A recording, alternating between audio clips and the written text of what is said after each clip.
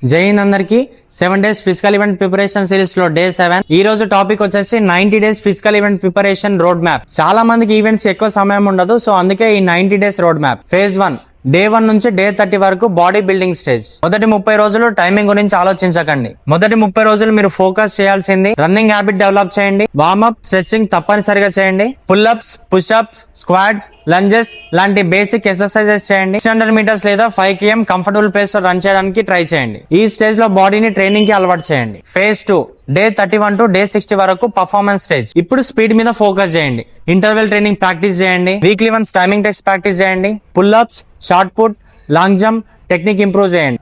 Diet hydration sleep proper గా follow అవ్వండి. ఈ స్టేజ్ లో టైమింగ్ తగ్గడం ప్రారంభం అవుతుంది. ఫేజ్ 3 డే 61 టు డే 90 ఇది సెలెక్షన్ స్టేజ్. ఇప్పుడు హార్డ్ ట్రైనింగ్ చేయండి, running shot put long jump pull ups అన్ని ఒకటే రోజు ప్రాక్టీస్ చేసి మీ పర్ఫార్మెన్స్ చెక్ చేసుకోండి. వీక్ పాయింట్స్ ఏవో గుర్తించి దానిపైన ఎక్కువ ఫోకస్ చేయండి. మెడికల్ టెస్ట్ అండ్ డాక్యుమెంట్స్ అన్ని ముందుగానే రెడీగా పెట్టుకోండి. గుర్తుంచుకోండి, 90 days లో సెలెక్షన్ రావాలంటే డిసిప్లిన్ అండ్ కన్సిస్టెన్సీ వల్లే అవుతుంది. ఈ 7 days సిరీస్ లో నేను చెప్పినవన్నీ ఫాలో అయితే మీ సెలెక్షన్ సిస్టమేటిక్ గా అవుతుంది. ఈ సిరీస్ మీకు యూస్ఫుల్ అనిపిస్తే అకౌంట్ ఫాలో చేయండి.